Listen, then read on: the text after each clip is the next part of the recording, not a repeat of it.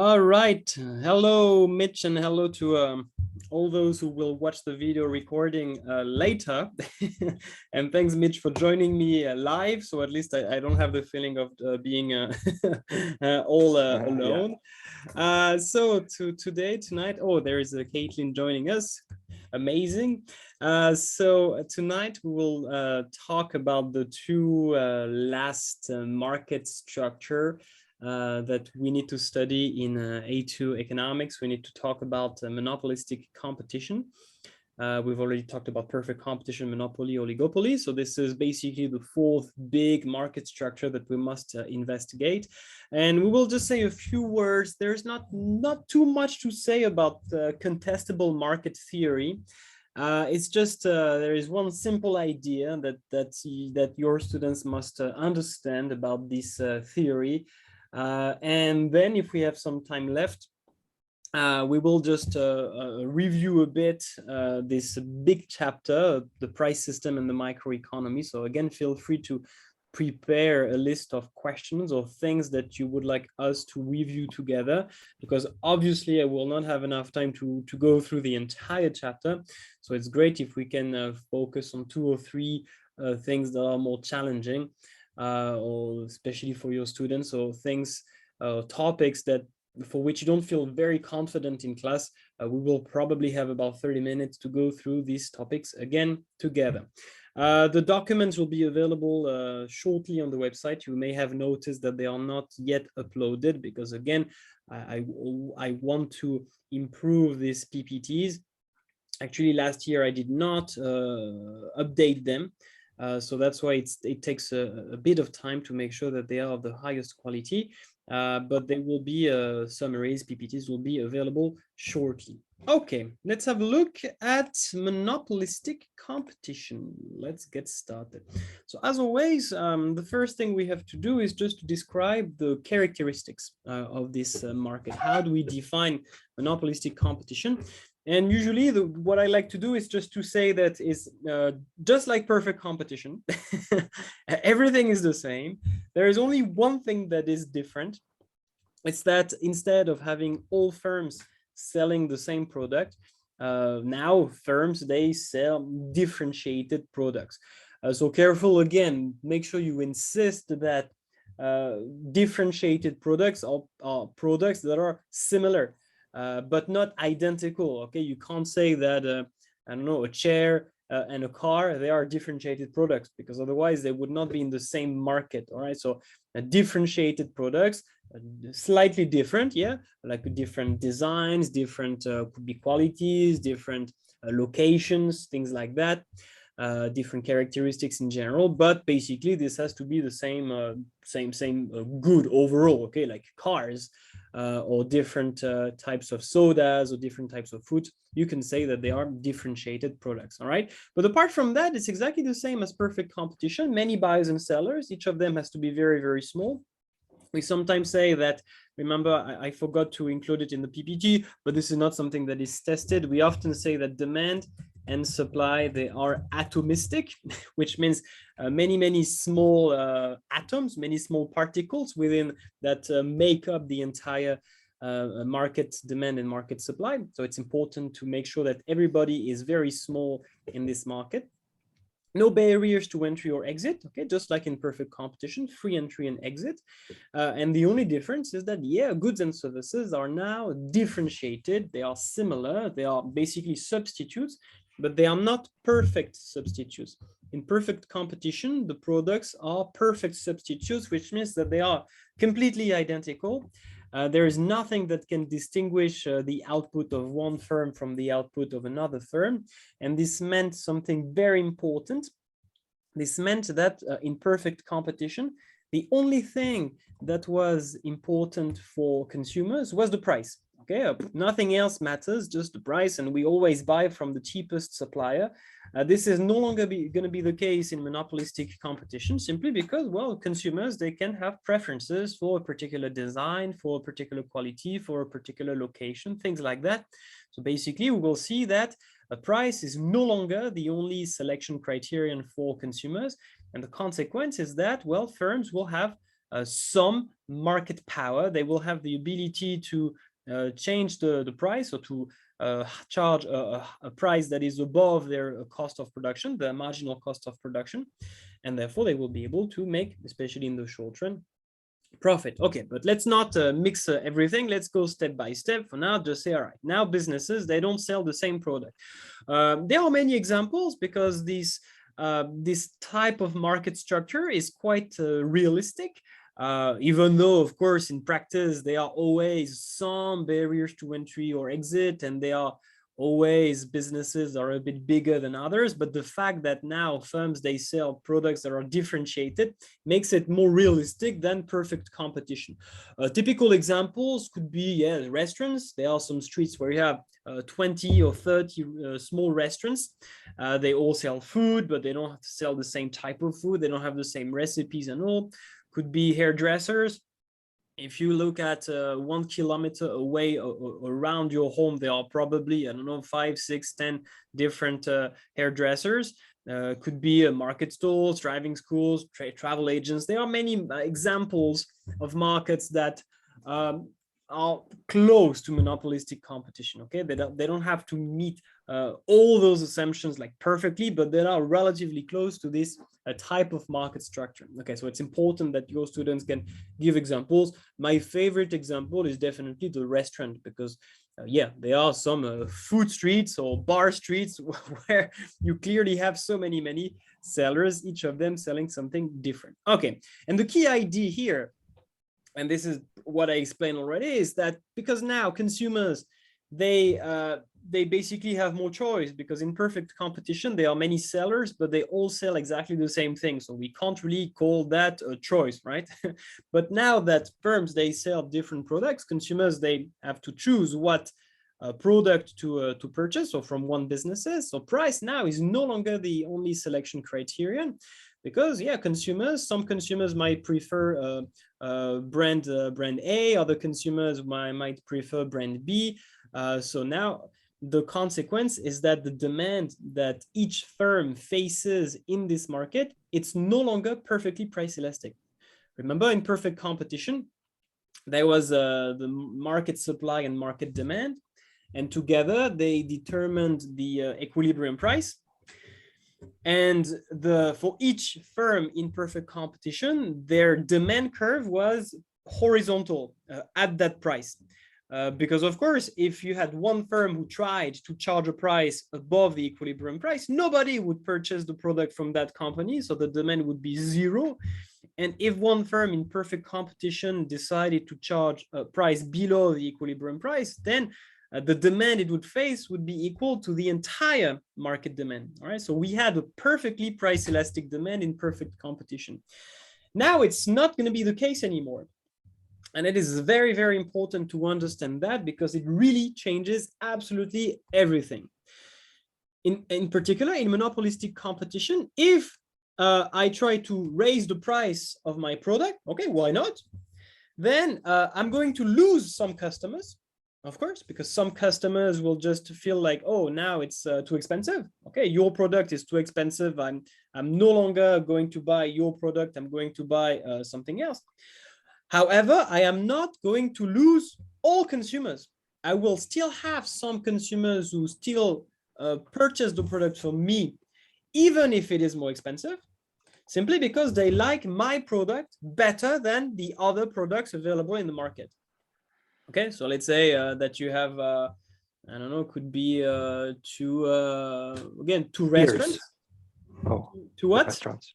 Two beers. restaurants? I was thinking of beer Beers. because like it's all beer, but it tastes different, and all right, okay. It's a little different. Okay, so let's say you have two bars, okay, and each of them they brew their own beer.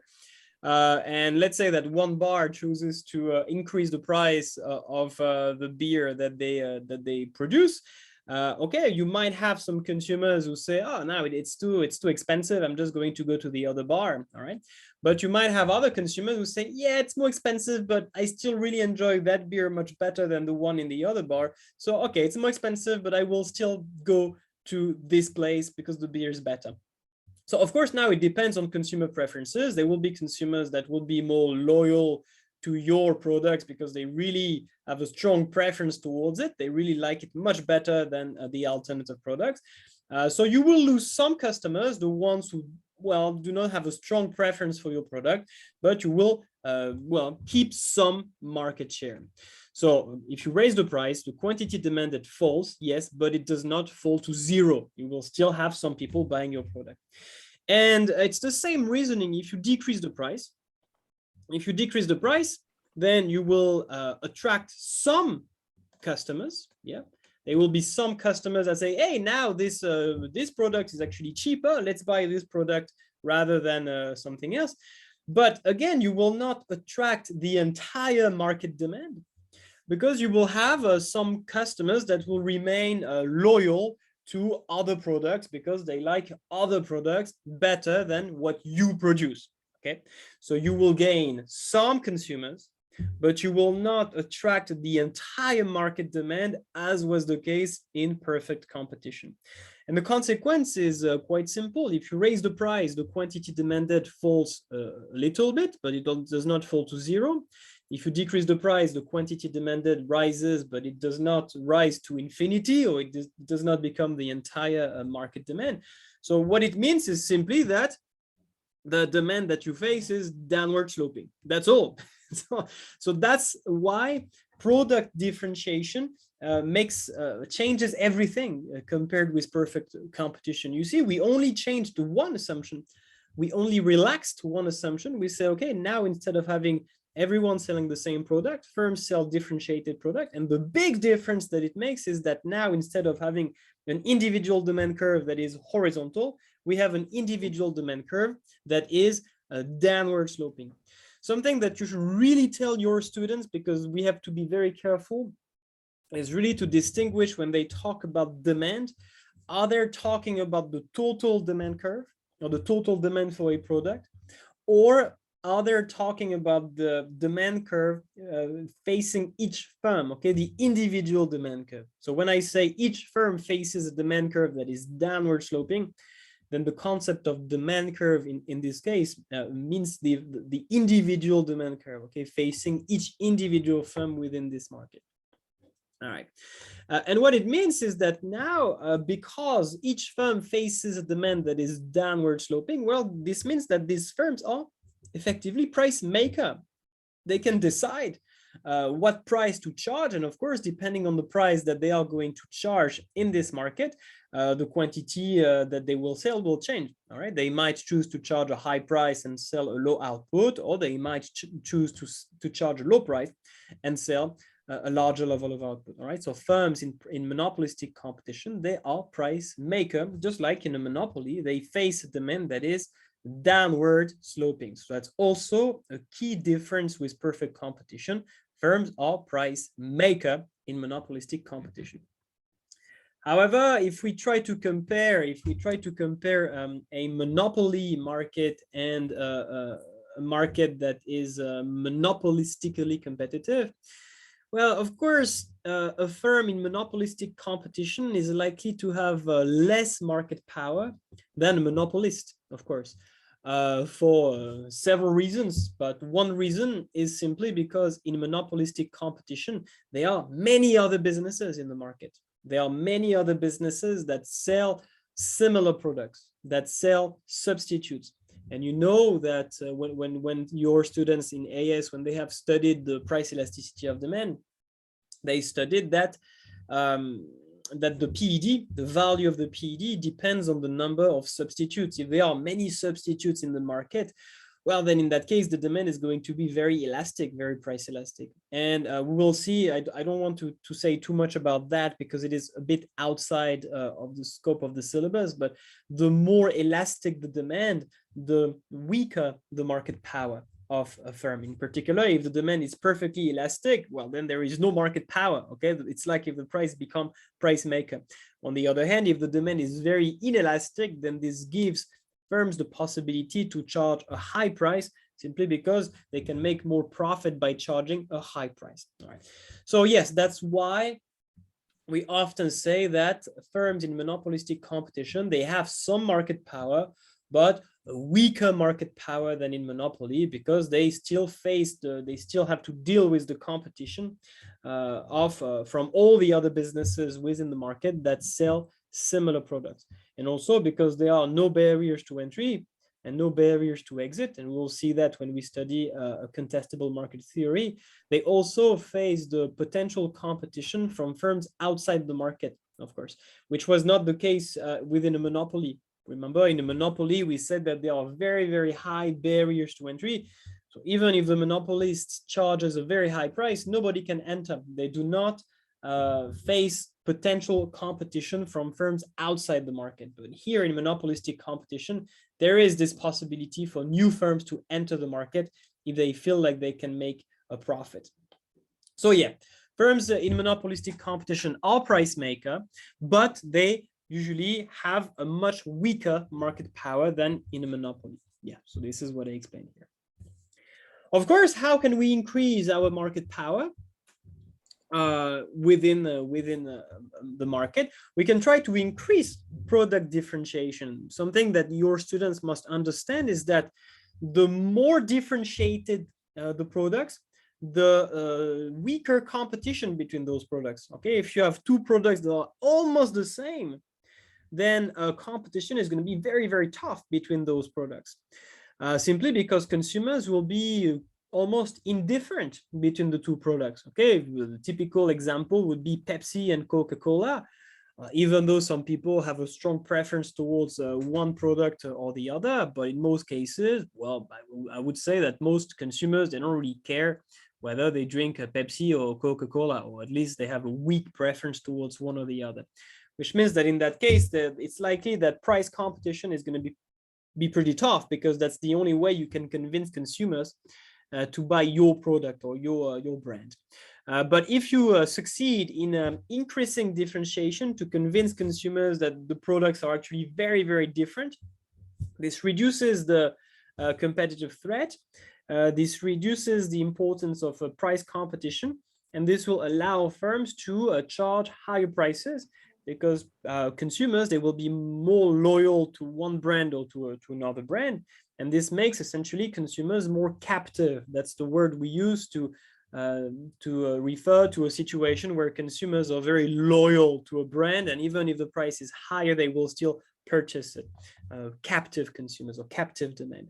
So yeah, you can achieve that through non-price competition. You increase product differentiation, and you can firms can secure a stronger market power. And we have already talked about the different ways we can engage in non-price competition when we studied oligopoly. So you can use the PPT on oligopoly to have a list of different methods or different dimensions of non-price competition that businesses can use to achieve product and increase product differentiation. All right. Okay, so that's basically what monopolistic competition is about. Now let's try to understand how we can understand the equilibrium in monopolistic competition. And usually what I do with my students is I don't start with this, because I think it's a bit boring to start with the text. So I usually start with the diagrams. And then once we understand the diagrams, I summarize with the text, with the slides, with the text. I think it's just more intuitive to explain what's going to happen with the diagram. So let's do it this way.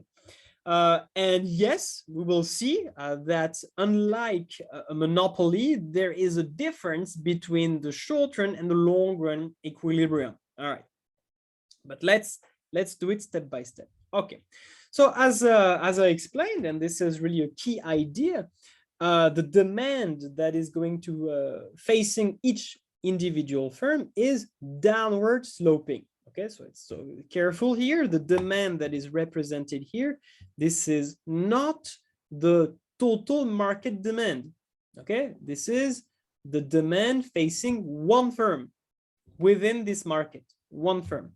So let's call it D1. Why D1 for now? Because this is the demand in the short run, and the demand in the long run is going to change. Okay, so this is the initial demand facing one firm in monopolistic competition. And of course, the demand also represents the average revenue of that firm. We know that when the demand curve is downward sloping, we know that the marginal revenue will be downward sloping, but steeper, twice steeper actually, same vertical intercept, but twice steeper. Again, the reason is because in order to sell more output, the firm has to cut the price on all units. Okay, I've explained that already. Right, let's represent some cost curves. Okay, so this is my ATC curve and marginal cost curve. No problem so far. And of course, just like in any market structure, this business wants to maximize profit. That's the assumption that we make. So the profit maximization rule is MC is equal to MR. All right. So this is the quantity that the business should produce to maximize its profit. And if we want to find the price, it's simply the demand price for this level of output. Okay, so I go up until I meet the demand curve, and I read the corresponding price. So this is the profit maximizing price and quantity. Okay, I can identify the profit. Okay, no problem. And I could also analyze this equilibrium in terms of efficiency. That's often something that I like to do at the same time, just asking your students, all right, have we achieved allocative efficiency? Have we achieved productive efficiency within this market? Well, productive efficiency, clearly not. We have not produced a level of output that minimizes the ATC curve. Okay, this would be the productively efficient level of output. So we don't have productive efficiency. Have we achieved allocative efficiency? No, because allocative efficiency is when the marginal cost of production is equal to the marginal benefit of consumption. Remember that the marginal benefit of consumption is given by the demand curve. Okay, so this would be the allocatively efficient level of output. And because we have not achieved allocative efficiency, this means that we have not maximized total surplus. And because of that, there is a deadweight loss, a loss in total surplus, which is over there. In this case, we see that there is an under provision. So this is a market failure, actually. Yes, it is a market failure that is caused by product differentiation, because product differentiation allows businesses to charge a higher price, and therefore the quantity is less than what it should be. Okay, I didn't add it, but I could show you that if we wanted to have allocative efficiency, the optimal price should be there. Okay, boom. This should be the allocatively efficient price over there. But because product differentiation allows businesses to charge a higher price, we see that there is a market failure under provision. Total surplus has not been maximized. All right. Okay, so then your students, they should be a bit puzzled when they see that. Because if you show them this diagram, they're going to tell you, yeah, but it's exactly the same as in Monopoly. What's the difference? That's exactly what we studied before when we looked at Monopoly. And yes, actually, it is exactly the same. But there is one major difference, is that in a Monopoly, basically, we stopped here. Yeah, we say, okay, and yeah, and that's it, game over. But here, there is a major difference, is that there are no barriers to entry, just like an exit, just like in perfect competition. So what happens in this market is that businesses are making abnormal profit. We see that this blue shaded area, this is the profit that each firm is making. Okay, here I am assuming that all firms are identical. All right, so this is essentially the profit that each firm makes within this market. In a monopoly, even if the monopolist makes a lot of profit in the short run, because there are very high barriers to entry, nobody can enter. So that's why nothing changed. In the long run, you still have one single business in a monopoly. But in monopolistic competition, free entry in the market. So of course, if firms make abnormal profit in the short run, this is going to attract new firms in the industry in the long run. It is a good time in your lesson to remind your students that when we study market structure, the difference between the short run and the long run is about the number of firms within the market. Okay, in the short run, there is a fixed number of businesses. So basically, the short run is a period of time where there is not enough time for firms to enter or exit the market. Okay, so you have a fixed number of businesses in the short run.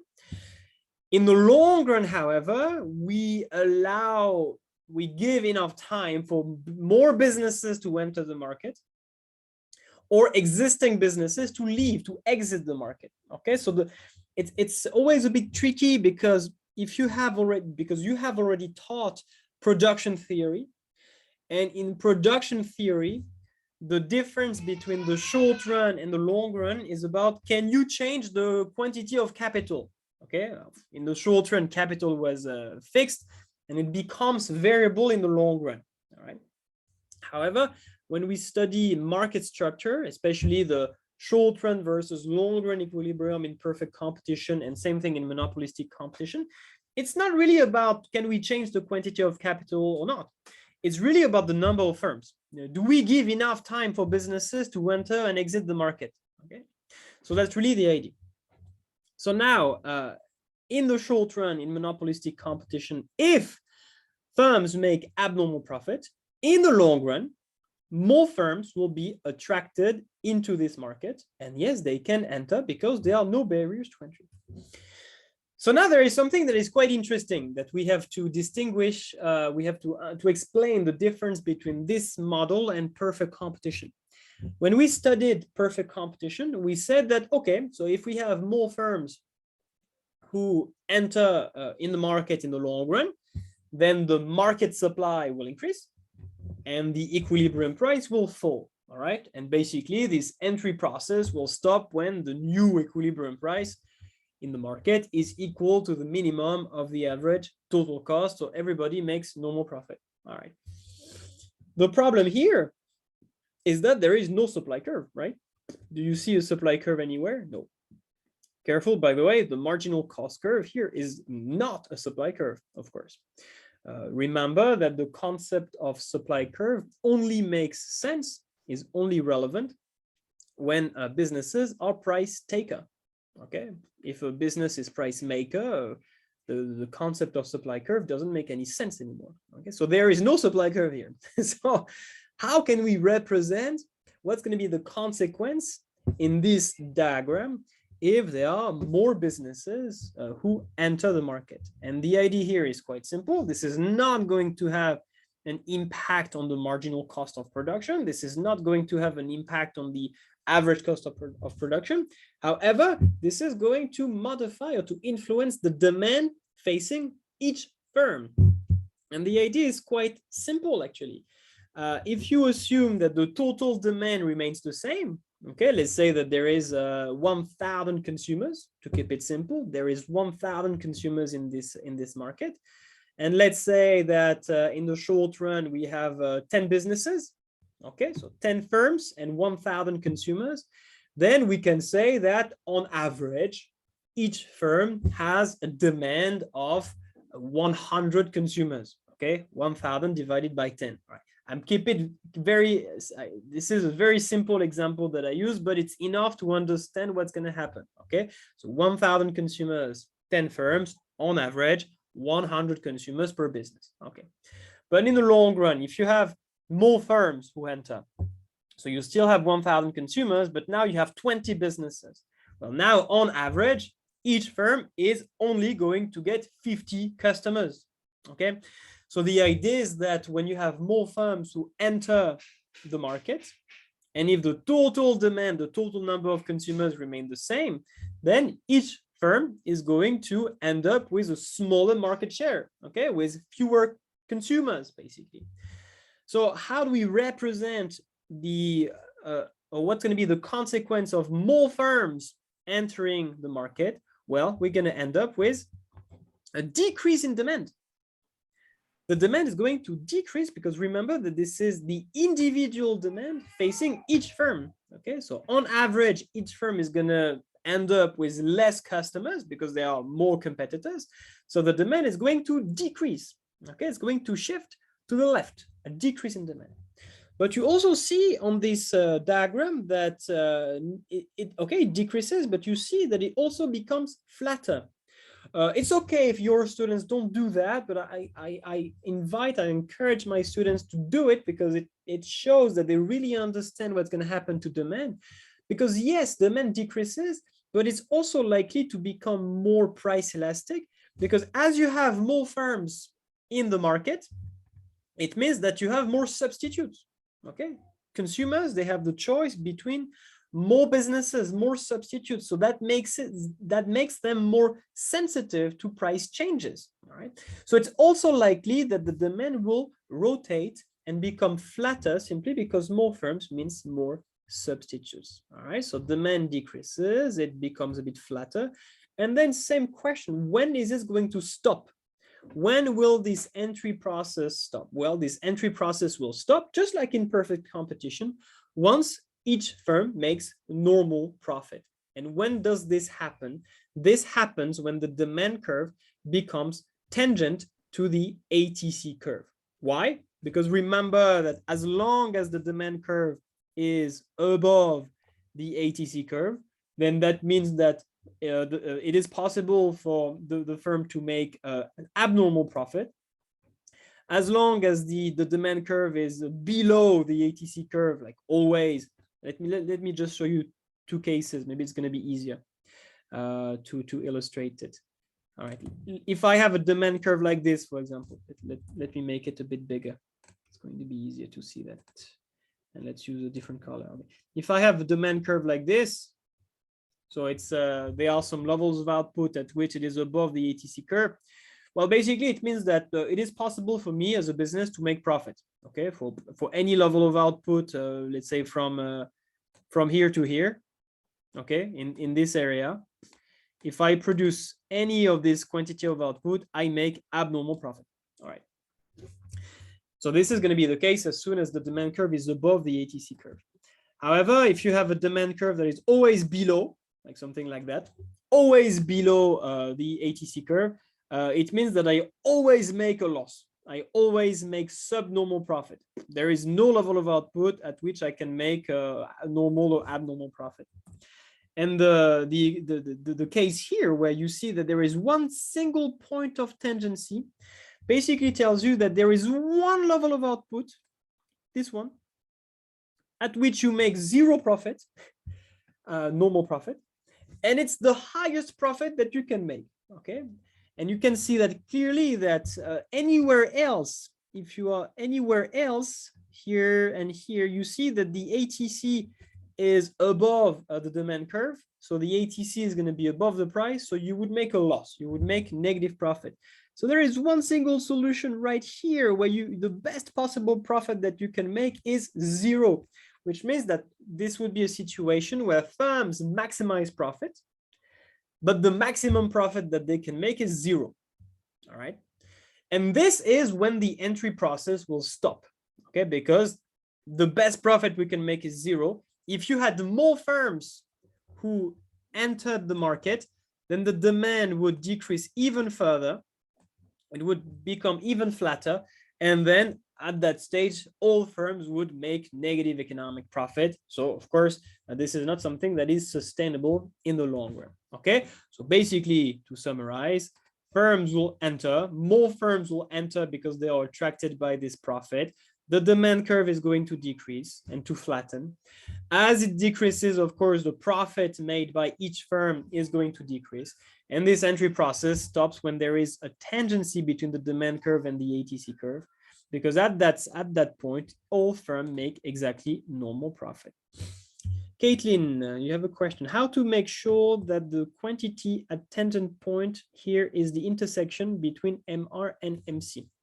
Well, it must be the case. It must be the case.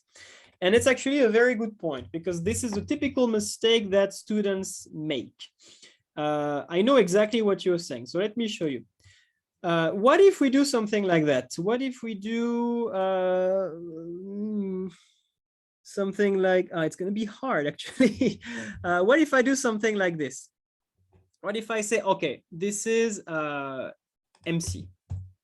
sorry, this is MR. This diagram is wrong. This diagram is wrong because we know that it is when MC is equal to MR, that you maximize profit. Okay, so the maximum profit should be here. You see, it's a bit hard because it's a bit close.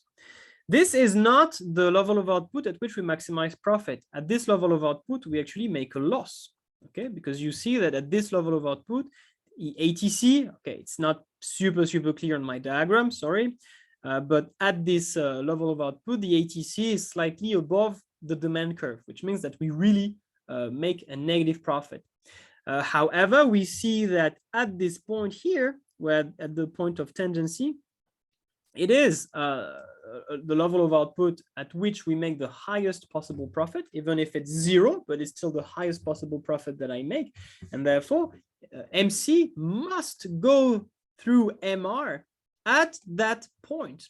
Okay, so it must be the case. Perhaps let me try to do it on another diagram, because it is not super clear right there. So let me share the whiteboard, and let's try to represent cases that would not make sense. And yeah, it's very important. Oh, that's a bit big. Let's do it. All right, so okay, something like that.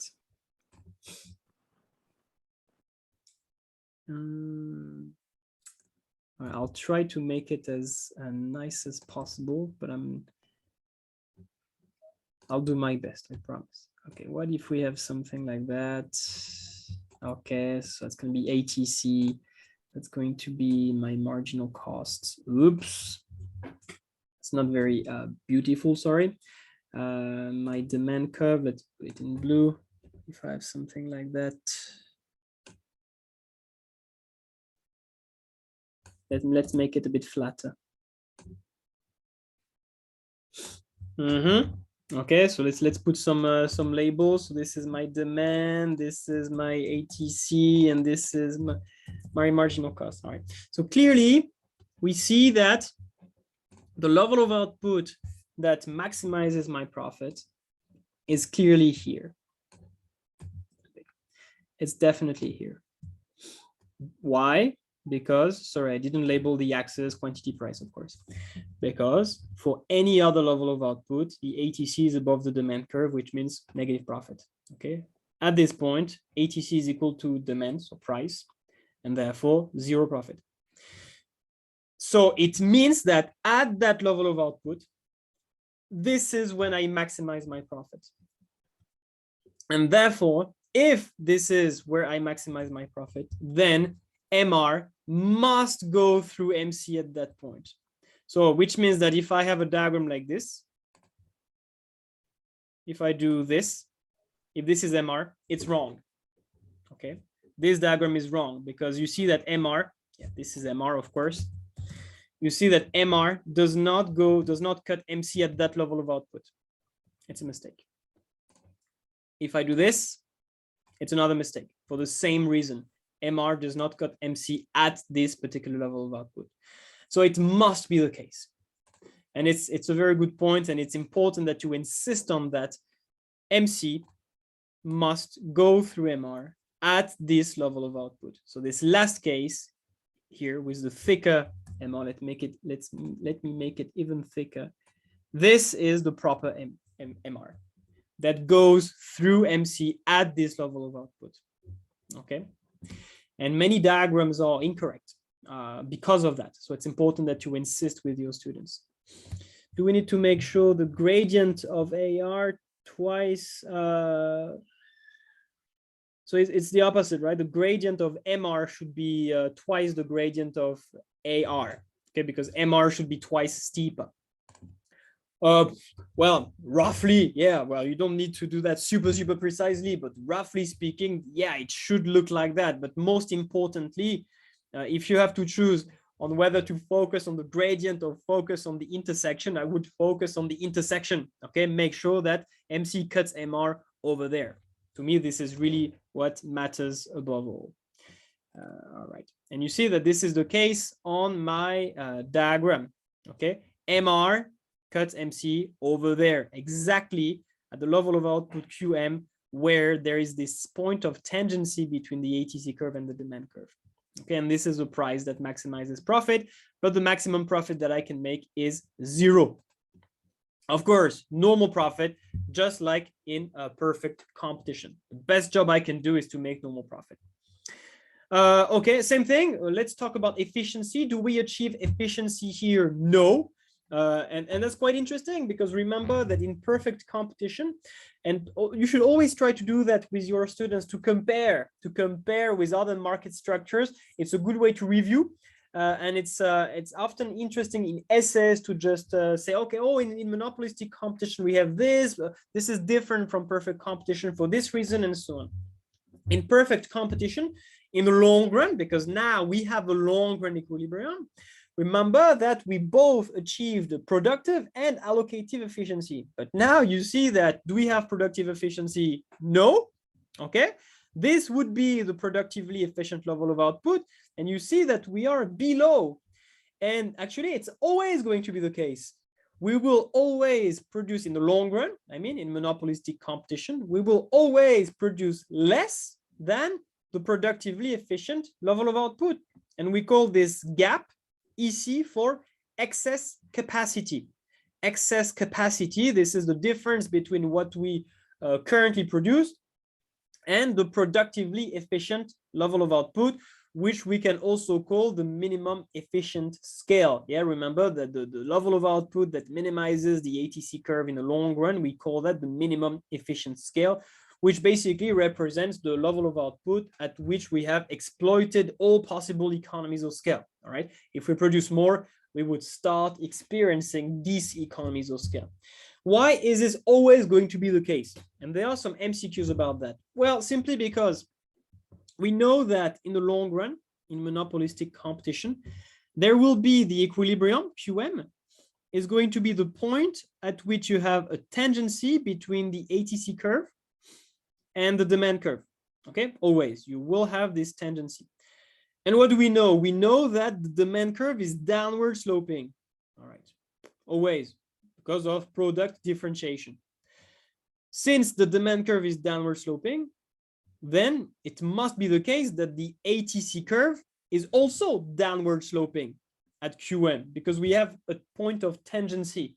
If we have a point of tangency, we must have the same slope. All right, same slope. That's the definition of tangent. So if the demand is downward sloping, the ATC curve is also going to be downward sloping at QM. And therefore, it means that we have not yet exploited all possible economies of scale, and therefore there will always be excess capacity in the long run equilibrium. Okay, do we have allocative efficiency? No, same thing. This would be the level of output at which we are allocatively efficient, but marginal cost is equal to marginal benefit. All right. Again, we have a problem of under provision. Is this always going to be the case? Yes, actually, it's always going to be the case. That's another example of market failure, where market powers, they lead to an under provision of a good or service. And because we do not achieve allocative efficiency, there is a deadweight loss. And this is the deadweight loss that exists in monopolistic competition in the long run.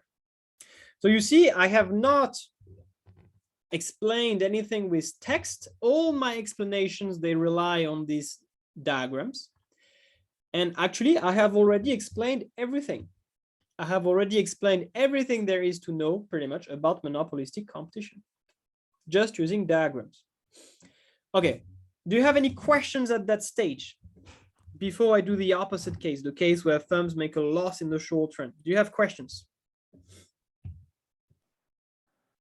I have a question. Yes, Mitch. It may be a silly question, but all There is no questions silly are valid. questions. Okay, great. This marginal revenue curve, I don't understand why it's like half the demand curve. All right. You mean half that, twice steeper? Yeah, like it's twice the slope of All right. that. Well, first, it doesn't really matter. Okay. But I can explain it. I can prove it very easily. So then you will be convinced. Okay. All right. Let me clear. All right. So let's say, you know, we often look at demand curves that are straight lines, right? Mm-hmm. In math, the equation of a straight line would be basically a minus bq, something like that. Okay, so a would be the vertical intercept, minus b would be the slope, it's negative, all right, and q the quantity. Okay, so this would be my demand curve, which is my average revenue. So far, so good, Mitch? So far, so good. All right. If I want the total revenue, I just multiply price and quantity, right? Right. So price is, okay, I have it, A minus BQ, and I multiply by Q. Okay? So it's basically AQ minus BQ squared. Don't worry, it's not going to get super technical. But okay. That's basically the equation of the formula to calculate total revenue when you have a demand that is a straight line. All right. Then marginal revenue, it's the change in total revenue when you change output. Okay, you produce one more unit and you see what's the change in total revenue. So it's the change, let's say delta, it's the change in total revenue divided by the change in quantity. Okay, that's the definition of marginal revenue, which means that basically marginal revenue is the derivative of total revenue. You just calculate the derivative of total revenue and you get the marginal revenue. That's it. And the derivative of total revenue, so if you calculate the derivative of this, it's just going to be A minus 2Q, 2BQ, 2BQ. Do you remember your formula to calculate derivative, Mitch? No, I don't. Okay.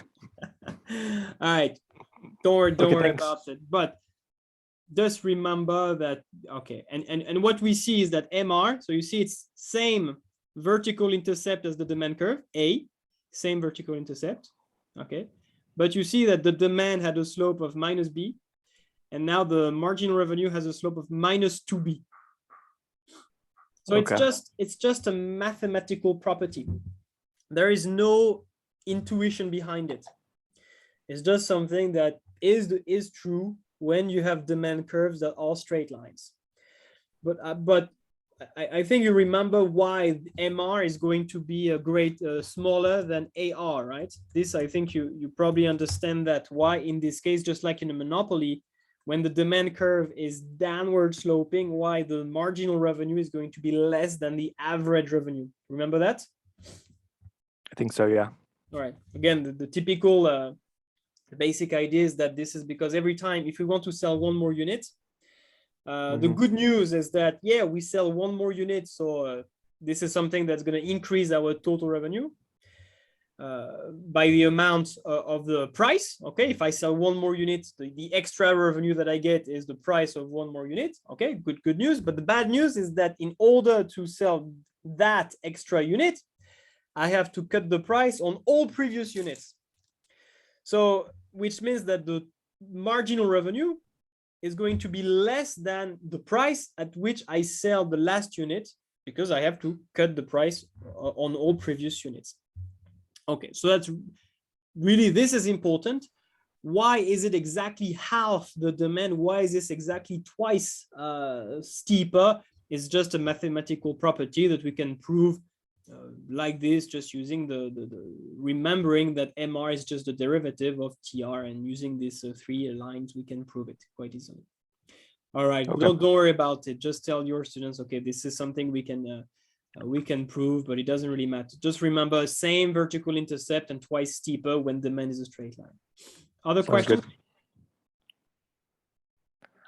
Another question is like, why would firms choose to not make any profit? I mean, maybe that's another silly question. Actually, in making normal profit is the best they can do. Making zero? So careful, because remember that making normal profit is actually, so zero economic profit is not not terrible. It's always difficult to think about that in terms of economics. It's true that if you think about it in terms of business or in terms of accounting, if you have a business that makes zero accounting profit, you say, oh wow, that's pretty bad, right? But here, making zero economic profit is actually means that there is no other way for you to do any better in any other market, because making normal profit means that the profit that you make is exactly equal to the profit that you could have made if you had run your next best alternative business instead. Okay, this is the example that I use with Joe's Farm in the workshop on profit. So if you have not yet watched the workshop on profit, you can have a look at it. Making normal profit, making zero economic profit, basically means I make the highest possible profit given the other alternative businesses that I could run. Okay, so for example, let's say that you can run business A and make $10,000, or run business B and make $10,000 and make let's say again $10,000. Okay, so in that case, if you run business A, we would say that you make normal profit, because what you make is exactly what you could have made if you had run your next best alternative business instead. I know it's a bit tricky. Keep it simple. Just remember that making normal profit for a business is not terrible from an economic perspective. Okay, that means that essentially you have made an optimal use of your resources. Okay, and if you make normal profit, it means that you make a positive accounting profit. The trick here is that we tend to think in terms of business management. So we tend to focus on explicit costs only, but normal profit or economic profit includes all possible implicit costs, including the implicit cost of entrepreneurship that we call normal profit. Feel free to look at the workshop on profit. I give more detailed information about the entire process. Okay. Okay. Caitlin, normal profit is the profit you can make the firm stay in the industry in the long run. Yes, absolutely. We say that normal profit is the transfer earnings of enterprise. So as long as a business can make at least normal profit, it is best for that business to stay in this market. It's only if the business makes less than normal profit, subnormal profit, then it is better for the business to basically exit the industry and run the next best alternative business instead. All right, but yeah, so, it's a good question.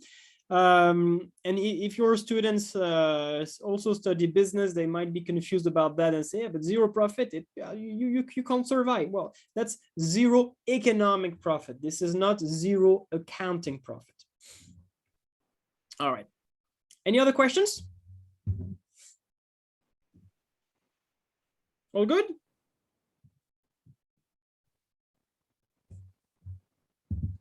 Right. Okay. So let's just do the thing the other way. Okay. So in this first case, I basically assume that, okay, businesses make a profit or abnormal profit in the short run. So this is going to attract more firms in the long run. Okay. Now let's do it the other way around. They make a loss. Let's assume they make subnormal profit in the short run. So of course, in the long run, some of them will leave the industry. Let's see what happens. Okay. All right. So here you see that we are in the short run. However, bad news. Each firm is making a loss. We see that. So we maximize profit where MC is equal to MR. Okay. We charge this price. But the problem is that this price is less than my average cost of production. Consequence, I make a loss, and this is the loss that I make. Okay. Same thing, we can discuss this in terms of efficiency. Do we achieve productive efficiency? No. Do we achieve allocative efficiency? No. Therefore, there will be a deadweight loss. It's there. Okay, good. All right, now let's try to understand what's going to happen in the long run.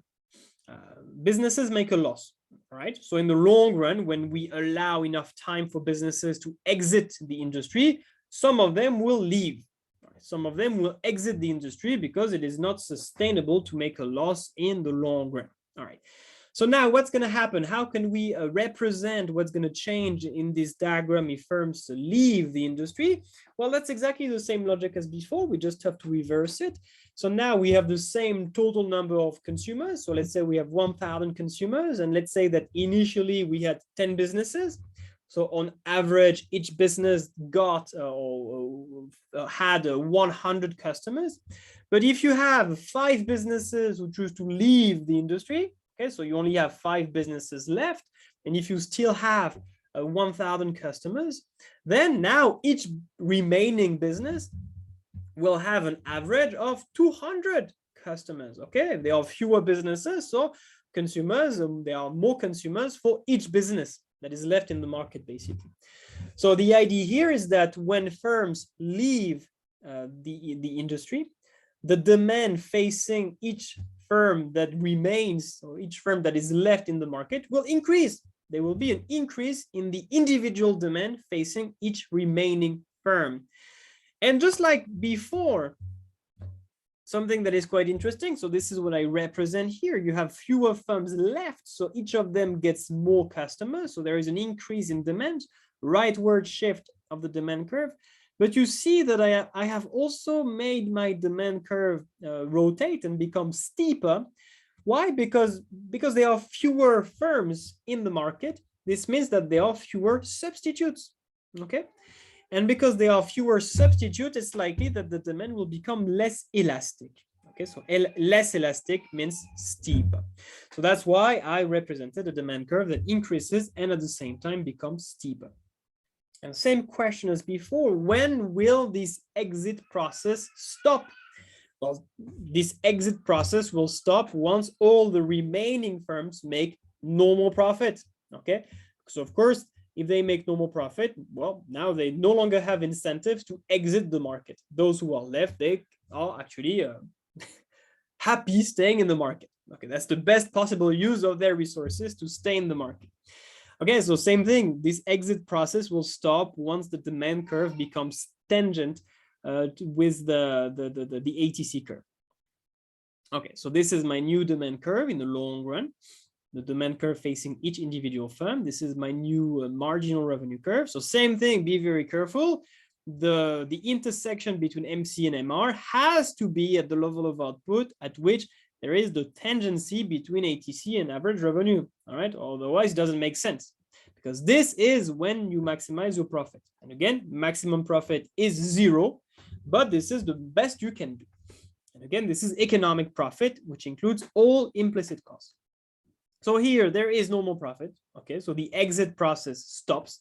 Have we achieved productive efficiency? No, same thing, clearly. So there is excess capacity. Each firm has not fully exploited all possible economies of scale. We are still on the downward sloping section of the ATC curve. Have we achieved allocative efficiency? No. Okay, this is the level of output at which we would have achieved allocative efficiency. Again, there is an under provision, and therefore there is a dead weight loss. And again, you can identify the dead weight loss. So basically, in terms of efficiency, it's not great. It doesn't matter if we are in the short run or in the long run, we never achieve productive efficiency and we never achieve allocative efficiency. So not great in terms of economic efficiency. All right. Okay, so you see, it's exactly the same logic.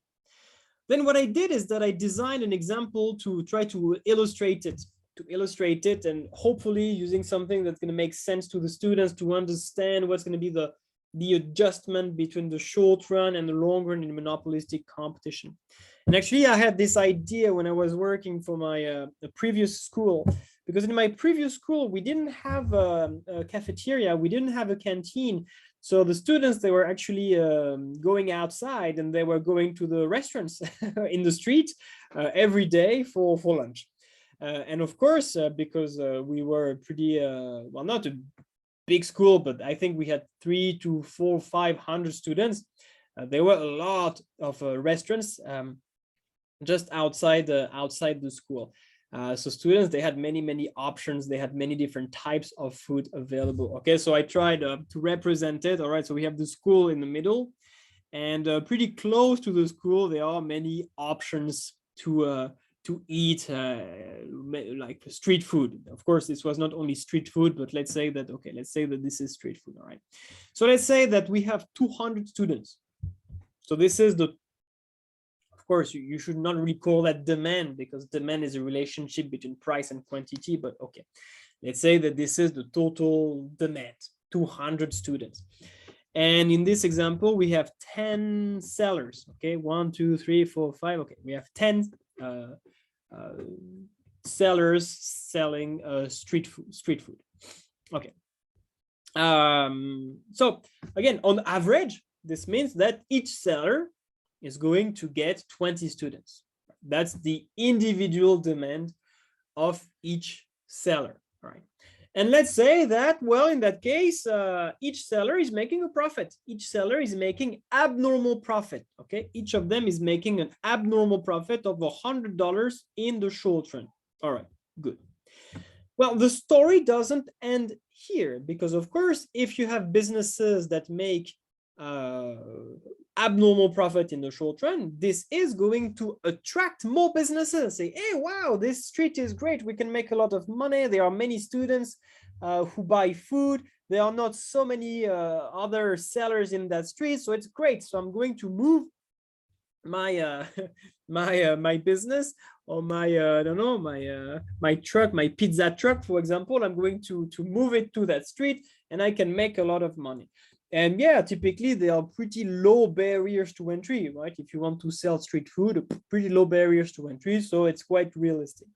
So what's going to happen in the long run, if we allow enough time for new firms to enter this industry? Of course, we are going to have more sellers or more businesses selling street food to students. So now, we have 12. So you see, you have more sellers if we move from the short run to the long run. So what did we gain? We have these two, right? These two are new. Yes, I think these two, these two are the new sellers. Okay, so now we have 12. We have 12 firms or selling street food to the students, and we have the same number of students. So you see that clearly now each of them is going to get or sell food to fewer students on average. It was 20 on average, now it's only 17. And because each seller receives less or fewer students, then eventually they will make a zero profit or zero economic profit, normal profit, of course. This entry process will stop precisely when all these sellers make exactly normal profit. Okay, so I like this example because it is quite simple. It is actually pretty realistic, and it illustrates what will happen in monopolistic competition in the short run, and it will also represent the long run adjustment when firms make abnormal profit in the short run. And you can actually do the other way around. Okay, so let's get back to our short run equilibrium, where we only have 10 sellers. But now, instead of assuming that they make abnormal profit in the short run, as was the case before, let's assume that they make a loss. Okay, so it's the same as before, but now they lose money.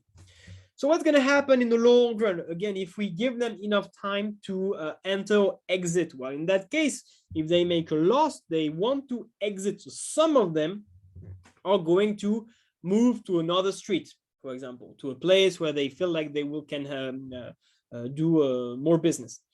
So some sellers will leave. So in the long run, we'll have fewer, let's say 8. So who left? This one left. And this one.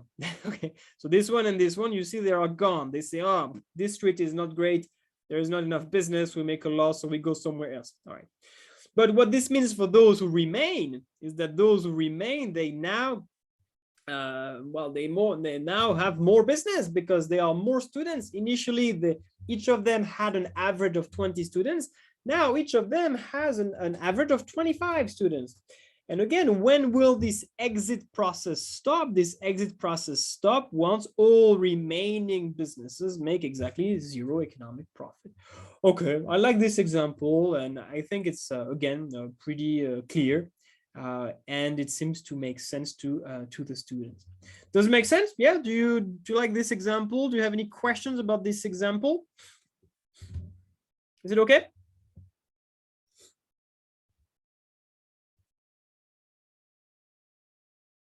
Yep, all good. All right. All right, cool. Okay, so actually I'm almost done with monopolistic competition already. The rest is only a summary. Like everything else is just all that is just a summary of everything I explained. So I'm not going to go through everything. I'm just going to emphasize some key points. Yeah, an assumption that we make in this case is that all the firms are the same, but it's not very important. And yeah, again, just remind your students that in the short run, it's exactly the same, the diagram at least, and even the logic is exactly the same as what we studied in the case of a monopoly. The only difference is that now there is a difference between the short run and the long run because there are no barriers to entry or exit. So the number of businesses will change between the short run and the long run, okay? But if you look at the short run, that's exactly the same as in Monopoly. Everything else, again, I have already explained it. And then what you have here is just a summary step by step of what is going to happen. So again, I think I already said absolutely everything. So I think it would be very redundant if I explain all of this again.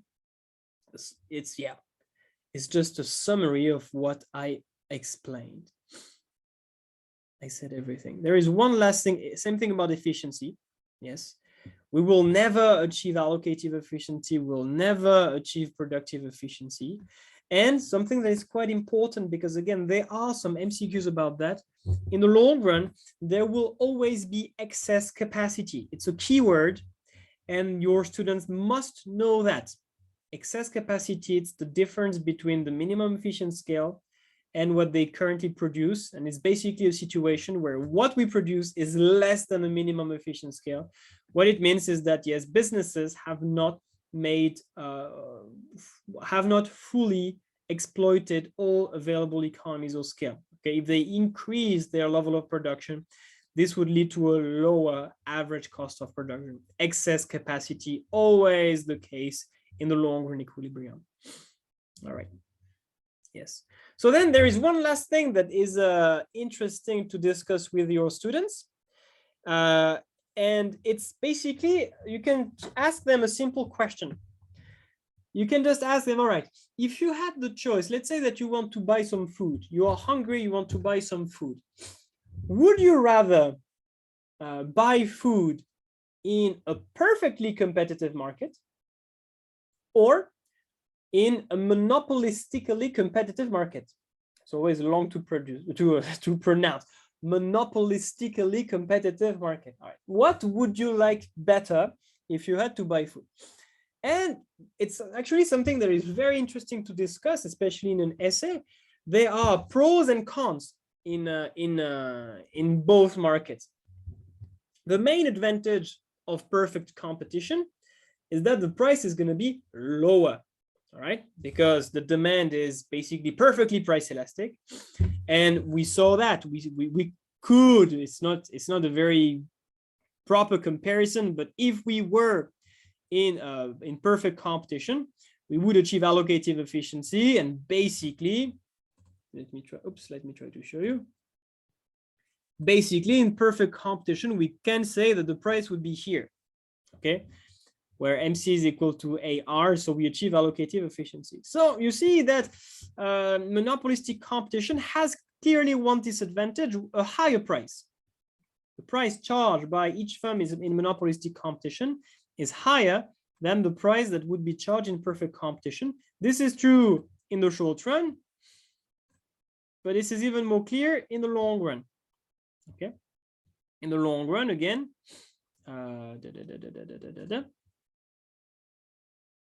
the long run, again, this would be the price. So it's not, the difference is not huge in this diagram, but this would be the price charged in perfect competition. So yeah, that's basically the main advantage of perfect competition, and for consumers, I mean, for consumers, of course, and the main disadvantage of monopolistic competition for consumers, the price is higher in monopolistic competition. Why? Well, simply because of product differentiation.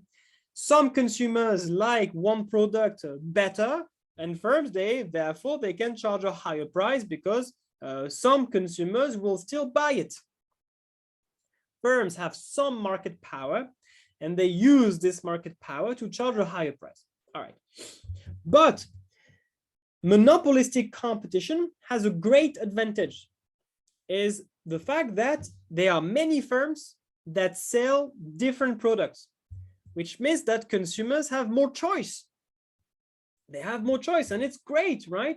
You would not want to go to a food street where you have 20 restaurants that sell exactly the same thing, right? This is what you would find in perfect competition. So, okay, maybe the price would be lower, but you might be unable to find to eat what you really want that day, right? So monopolistic competition is great because it gives more choice for consumer, but it's bad because having more choice has a cost. Having more choice also means that you might have to pay a higher price.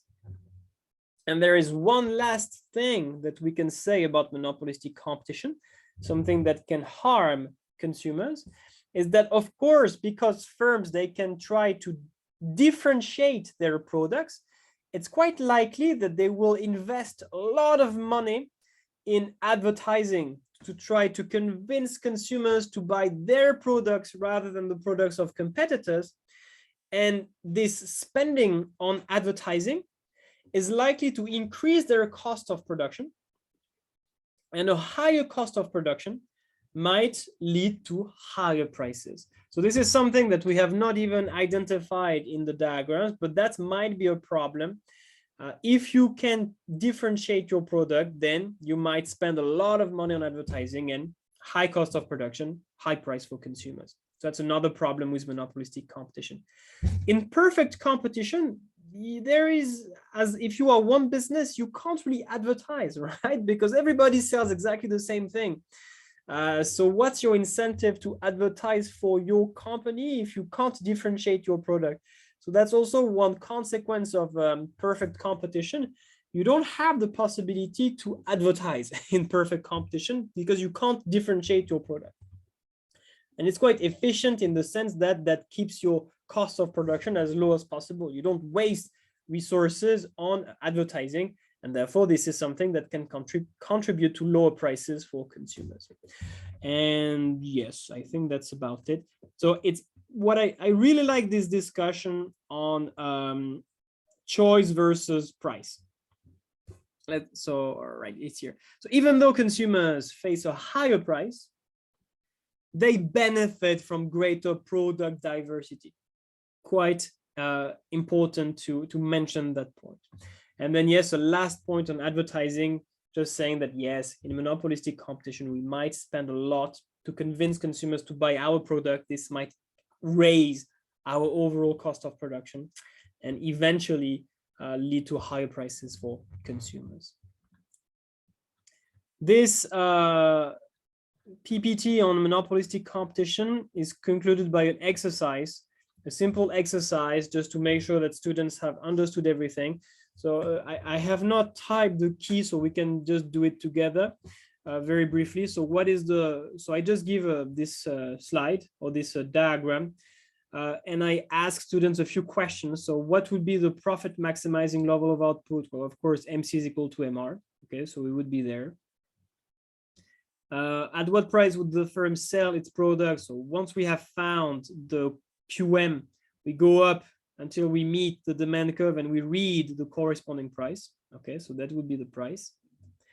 What abnormal profit would be made? Well, of course, here, abnormal profit, briefly, would be somewhere, Okay, so if this is MC is equal to MR, we produce this quantity. Okay, we charge this price. The ATC is here.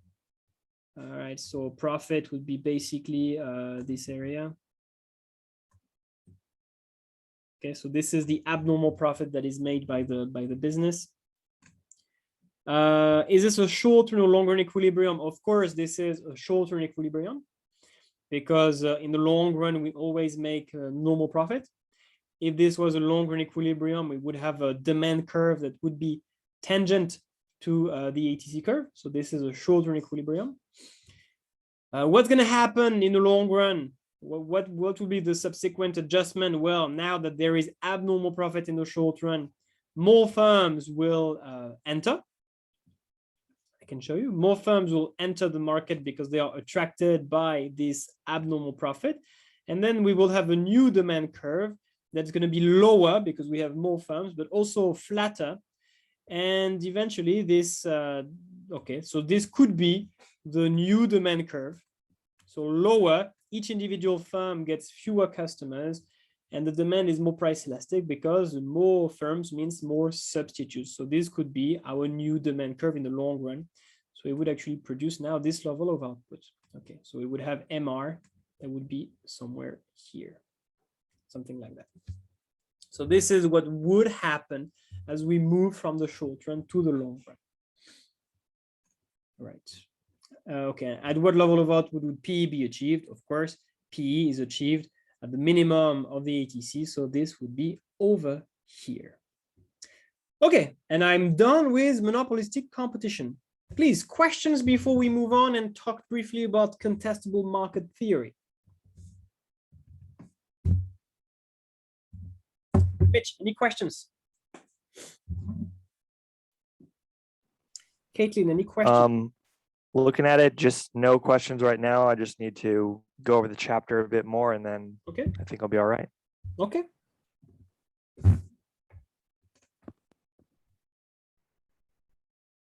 All right. Yeah. In some books, Caitlin, yeah, they say that the barriers to entry are low. I find this very confusing. It's true that well, basically it depends on, are we looking at what happens in practice or are we looking at the theoretical model? Because yes, it's true that monopolistic competition is usually more realistic, which means that in practice, we have market structures that look like monopolistic competition. But this is still a theoretical model. Yeah. And in the theoretical model, there are zero barriers to entry or exit. Because if you had low barriers to entry or exit, the exit or the entry process would not stop where firms make normal profit. It would be close to normal profit, but it would be, for example, if you had barriers to entry, you would still have some abnormal profit in the long run. And if you had low barriers to exit, you would still have some subnormal profit in the long run. So it would not work.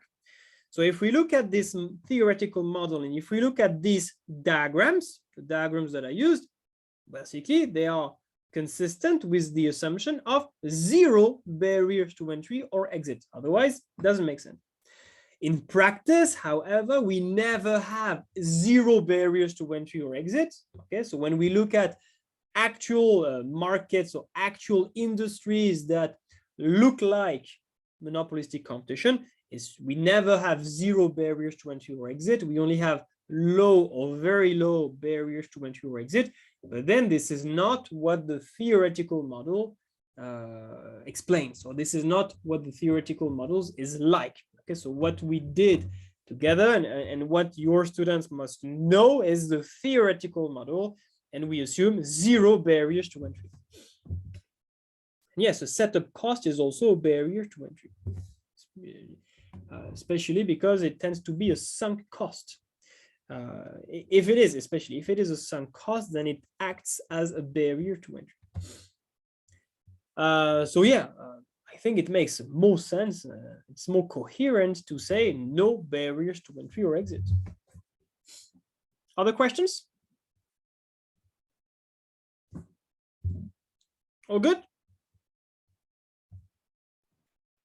Just one thing. So, Yeah. like, if in theory there's no barriers to entry, but in reality there are, so like then in reality the demand won't decrease there as much.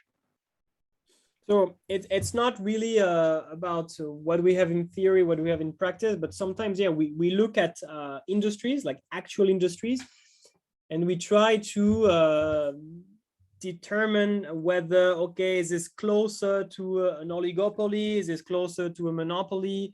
So we basically compare the real industry against theoretical market structures or theoretical benchmarks. And what we can say is that in practice, there are always some barriers to entry. So that's the main difference that we could find between the theoretical model of monopolistic competition and industries that are relatively close to this theoretical benchmark. That's probably the main difference that we can have between the two. And what it would mean, actually, I can show you, Mitch. If we had, for example, let's keep it simple. Let's focus on the first case. So if we had some barriers to entry, instead of having the demand decreasing until there is zero economic profit, we would probably have a situation like this, where profit would be very low. Okay, so we would be there, MC is equal to, okay, well, no, not there. So we would have like MR somewhere. Well, it doesn't really matter. We would make much less profit than in the short run, but we will still make a little bit, but the entry process will stop because the profit in the market is so low that it's not worth it to break down the barriers to entry, even if they are low, to enter the market. So basically the cost of entering the low barriers to entry would be the same as the profit we could enjoy once we are in the market. So you see that the process would stop before the entry process would stop before firms make normal profit. And the same thing would happen if we had low barriers to exit. So this would be the other case. If we had low barriers to exit, the exit process would actually stop before all firms make normal profit. So maybe if we have low barriers to exit, maybe the process would stop here. So firms would still make a loss in the long run because it would be more costly to leave the market than to stay in the market. That's the basic idea. So that's why the exit process would stop before everyone makes normal economic profit. So that's quite confusing, right? So that's why it's just much easier to make the assumption that there are zero barriers to entry and exit, just like in perfect competition. Right. Oh yes, and Caitlin, yes, we always have perfect information. Yes, there is always perfect information. Barriers are not implicit cost. Well, usually barriers to entry, that's a good question. We often regard them as explicit costs. I never really thought about this question. Usually we regard them as explicit costs. When we make lists of possible barriers to entry, we tend to focus on the explicit costs of entering the market. Would it make sense to consider the implicit cost? Honestly, I don't know. It's an interesting question. I don't know. Usually, I think it's okay if you focus on explicit costs, Caitlin, for barriers to entry. Yeah, at least to my understanding, that's often what we are talking about when we look at barriers to entry. Yeah, but I will think about that because it's a good point. Mostly explicit cost, though, I think. Okay, other questions? So yeah, this diagram is not easy to make. Make sure that the point of tendency is also the one at which MC is equal to MR. I have seen some textbooks where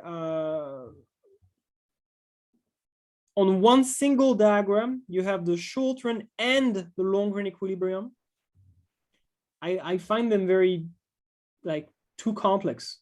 So I would rather recommend your students to use side-by-side diagrams. Okay, left-hand side, short run equilibrium, right-hand side, long run equilibrium. Because if I try to do this, the two equilibria on the same diagram is going to be super messy. It's too difficult. So that's why I have one diagram for each: short run, long run.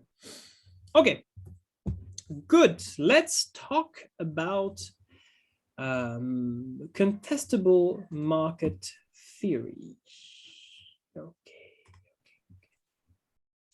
So honestly, there is really not much to say about it.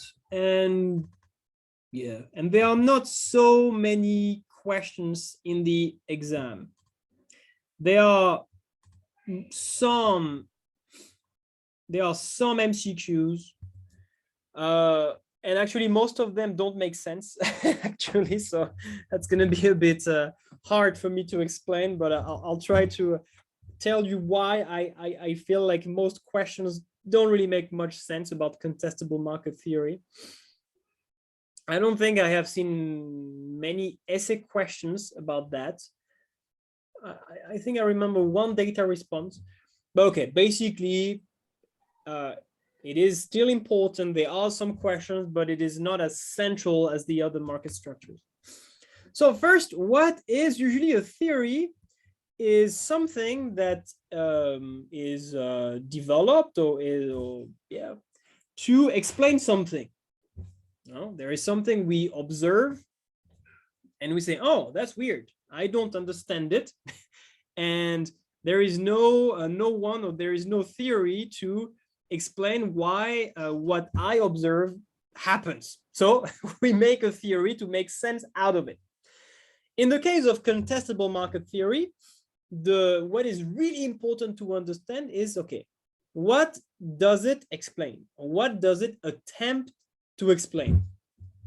And the thing is that some economists, they have analyzed, they have looked at what happens within some markets, and they were a bit puzzled because in some markets, they realized that, hey, there are very few businesses. There are very few firms, maybe just 2, 3, or even just one. There are very few businesses. So we expect that they have a very strong market power. Okay, they have like very large market shares, but still they charge a very low price. That's weird, right? Because we would expect them to take advantage of their market power, to abuse it, to abuse their dominant position within the market, charge a high price, and sell a low level of output. But in practice, we say, hey, but that's not the case. Even though there are very few businesses, they charge a low price. Okay, how can we explain it? And this is what contestable market theory is about. And the idea is very simple, and that's why I will not have to say too much about that.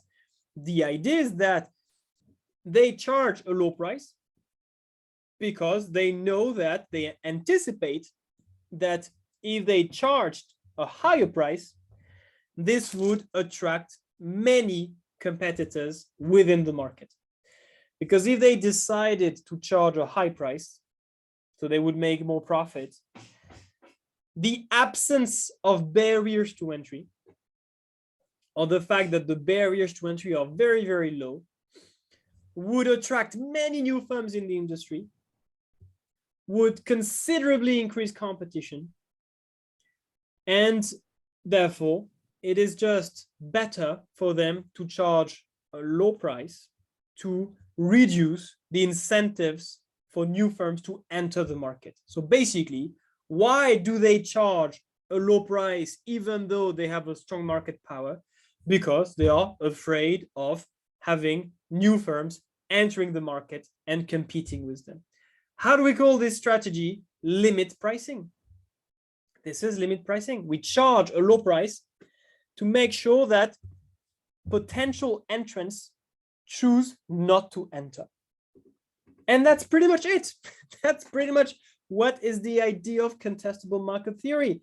Contestable basically means that it is easy for new firms to enter and compete with the firms already in the market. All right, let's try to explain that step by step now. Okay, so what is the purpose of contestable market theory? The purpose is to explain observed situations in which firms with a substantial market power, well, usually situations where they are, especially you have like a few firms with a very large market share, but still they behave in a competitive manner. What I mean by behave in a competitive manner is, yeah, they charge a very low price and sell a high level of output, which is not something that we expect from firms with a very strong market power. And why is it the case? And that's what the contestable market theory is about. Well, because there are no barriers to entry. So if there are no barriers to entry, as soon as if I am in the market, as soon as I make a little bit of profit, new firms are going to come into the market, compete with me. And of course, as you have more firms entering the market, the profit that we make will decrease and it will eventually become zero. And then as soon as the profit is zero or even become negative, you will have these firms who will exit the market. Because yes, in a contestable market, we assume that there are no barriers to entry, and I should add an exit. Okay, no, so free entry and exit. And this strategy where you would have a business entering the market, making some profit, and leaving the market once all the profit is gone, we call that a hit and run. A hit and run strategy. So we enter while there is still some profit, and then as soon as the profit is gone, we exit the market. And that's about it. So firms are afraid of this hit and runs, and therefore to avoid this situation, they just charge a low price to deter new firms from entering the market. Okay, so the idea here is that, yeah, firms operating in a perfectly contestable market. So perfectly contestable is really zero barriers to entry. So again, in practice, it doesn't really exist, but it's a theoretical benchmark. What happens in that case? The firms inside the market, they have an incentive to charge a very low price to make sure that no firms will enter the market and compete with them. All right. So how do we discourage new firms from entering the market? Well, the only way we can do that is by charging a price such that there is no abnormal profit. Because remember, as soon as there is abnormal profit within the market, and if there are no barriers to entry, new firms will enter. So the only solution to discourage entry is to charge a price such that the firms inside the market, they make exactly normal profit. So the price should be equal to the minimum of the ATC. Okay. And yes, what happens if firms don't do that? If instead you say, all right, I'm the only firm in this market, great, I have a strong market power. Let's use this market power. Let's take advantage of this market power to charge a very high price. Okay, you might actually benefit from that in the short run, no problem. But then in the long run, this would the consequence would be many firms entering in the market, competing with you, and leading to a situation where at the end of the day, you would make a normal profit. So that's the idea. The absence of barriers to entry would attract new firms into the industry until any abnormal profit has been competed away. Competed away here means completely eliminated by the fact that there are more businesses within the industries. Is it good for consumers? Yes, absolutely. It's amazing for consumers because that means that even though there are very few businesses within a contestable market, they charge a very low price because they are afraid of the potential entry of new firms. But of course, something that can be interesting to make evaluative comments. Low price might also mean low quality and low ability to innovate. Okay, so if you have an essay question about discuss whether contestable markets are beneficial to consumers, it's something that is interesting to say, okay, yes, low price, great for consumers, unless it prevents firms from providing high quality products, and unless it prevents them from achieving dynamic efficiency by sufficiently innovating or investing in research and development. All right. So when you think about it, it teaches us an important lesson. It basically tells us that if you want to determine how powerful firms are in the market, or how strong they are, or how, if you want to assess the extent of their market power, looking at how many firms you have in the market, or looking at their market shares, it's actually not very useful. It's actually a pretty bad indicator. This theory argues that instead we should look at the size of barriers to entry. Because even if you have very few firms in the market, but if the barriers to entry are very, very low, then the firms inside the market, they actually don't really have much power, because as soon as they charge a high price, the market will become much more competitive, and the profit will be immediately competed away, and the price will immediately go down. Okay. On the other hand, if you have more firms, but if the industry has very high barriers to entry, they might actually be able to charge high prices and make abnormal profit, because it will not be possible for any new firms to enter this market. So that's why I mean by contestable market theory suggests that the number of sellers in the market may not be a reliable indicator to determine the extent to which can charge a high price. Charging a high price is basically to take advantage of a dominant position.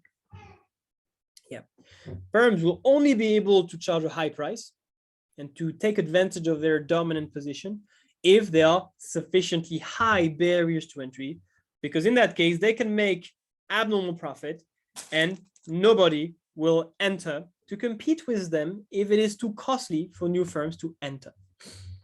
And this theory, this contestable market theory, has been used by some governments as a reason or a motive to deregulate some industries, because deregulation basically has the consequences of the effect of reducing barriers to entry, to remove barriers to entry, or at least to reduce their size, to make it easier for new firms to enter a business. So the idea is that if you deregulate an industry, it will encourage firms within the market or within the industry to behave in a more competitive way, to reduce the price, because they anticipate that, hey, now it's much easier for new firms to enter. So if we keep prices very, very high, we will face a much higher competition in the future. So essentially, they have a stronger incentive to engage in limit pricing to make sure that this does not happen. So yeah, it's been an argument used by governments to deregulate some industries. All right. All right, well, okay, remember when I defined a perfectly competitive, perfectly contestable market, I said that there are zero barriers to entry. In practice, it's never the case. You always have at least low barriers to entry. So that's why we often define the concept of an imperfectly contestable market, all right? So a market is imperfectly contestable if there are low barriers to entry and exit. Okay, so it's relatively easy to enter and it's relatively easy to exit. And then the argument is exactly the same, okay? But now the difference is that it's still possible for the firms within the market to make some profit. And basically, the profit that they can make can be equal to the cost of breaking the barriers to entry. And usually this is what I do with my students. Let me try to show you. How can I do that? Let me share the whiteboard again. That's what I do. I'm a terrible drawer, and I'm very bad at drawing, but I'll do my best.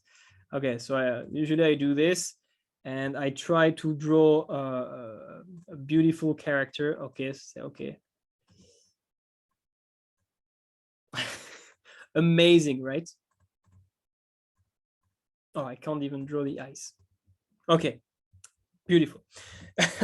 And I say, all right, let's say that this is a business. Okay, this is an entrepreneur, and let's say that this is the barrier to entry. So that's like a wall. All right, this is the cost, and this is the barrier to entry. And let's say that it costs you $100 to enter, to jump over the fence. Okay, it costs you $100 to jump over the fence. And of course, if you decide to jump over the fence, you will be inside the market, and inside the market there is a price. Yeah, there is a price. This is the price that you can get. Okay, this is the reward. This is the profit that you can make once you enter the market. What if the price is $200? All right. Would you enter the market? Well, yeah, because the cost of entering the market, so the cost of breaking down or tearing down the barriers to entry, is actually less than the reward that you can receive, that the profit, so it's pi for profit, it's less than the profit that you can make inside the market. So in this case, yes, it's profitable for you to enter the market. Why? Because the profit made by business is more than the cost of tearing down the barriers to entry. But what if it's the opposite? What if instead of having a price of $200, what if you only have a price of $50? Okay, so it costs you $100 to enter the market, but you can only make a profit of $50. Well, in this case, is it worth it to enter the market? Well, of course not. So in this case, you see that when there are some barriers to entry, it is possible for firms inside the market to make a little bit of profit, but the condition is that the profit that firms make inside the market has to be less than the cost of entering the market. So basically, the maximum profit that you can make in the market would be, I don't know, to keep it simple, 99, okay, or 99.99, something like that. Because in that case, yeah, that's the maximum profit that you can make in the market, so that other firms are discouraged or choose not to enter the market. So this would be, of course, an imperfectly contestable market, because there are some barriers to entry, low barriers to entry, but still some barriers to entry. But you see that if we look at the case of a perfectly contestable market, where there are no barriers to entry, okay, so it's free to enter the market.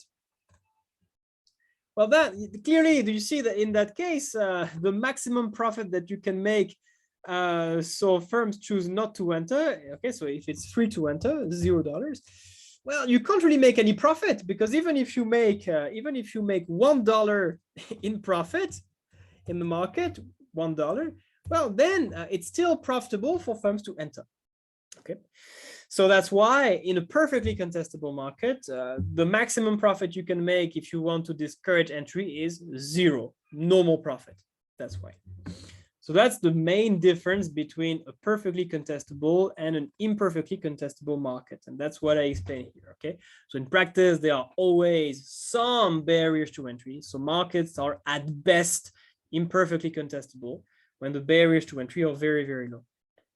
In that case, entry can be deterred, even if the firms inside the market, they make some profit. But of course, entry will be deterred if the profit you can make inside the market is less than the cost of tearing down the barriers to entry. Exactly what I illustrated.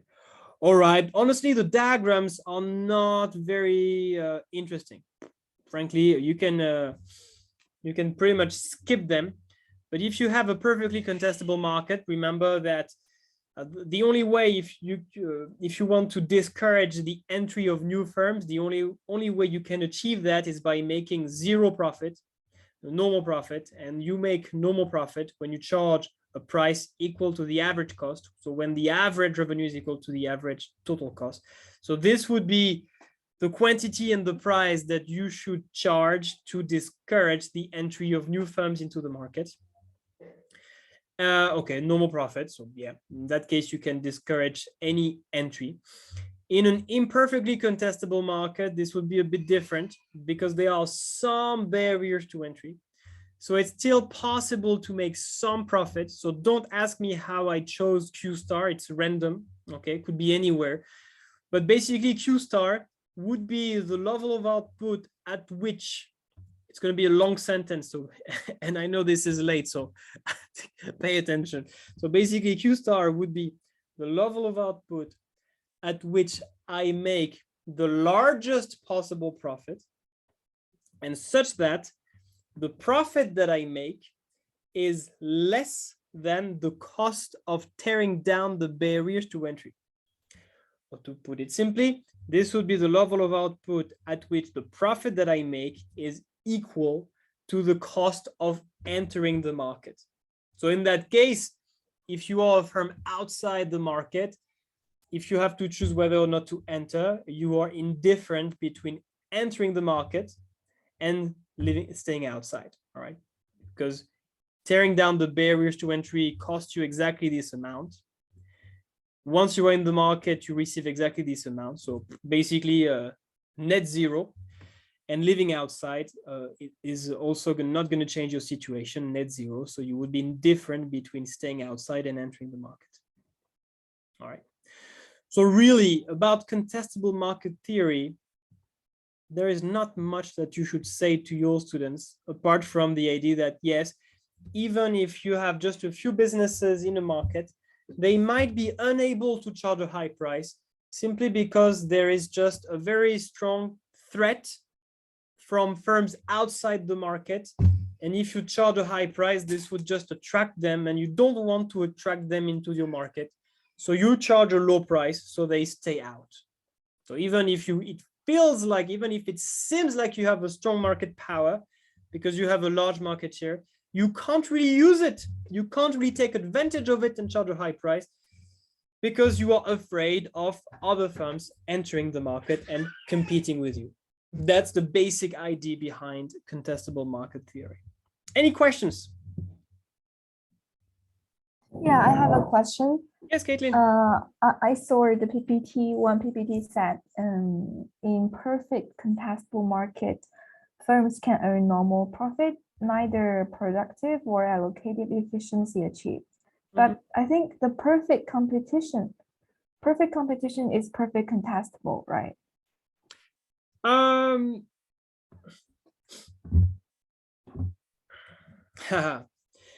There are no barriers to entry or exit. Yes. And firms earn normal profit. Yes, it's true.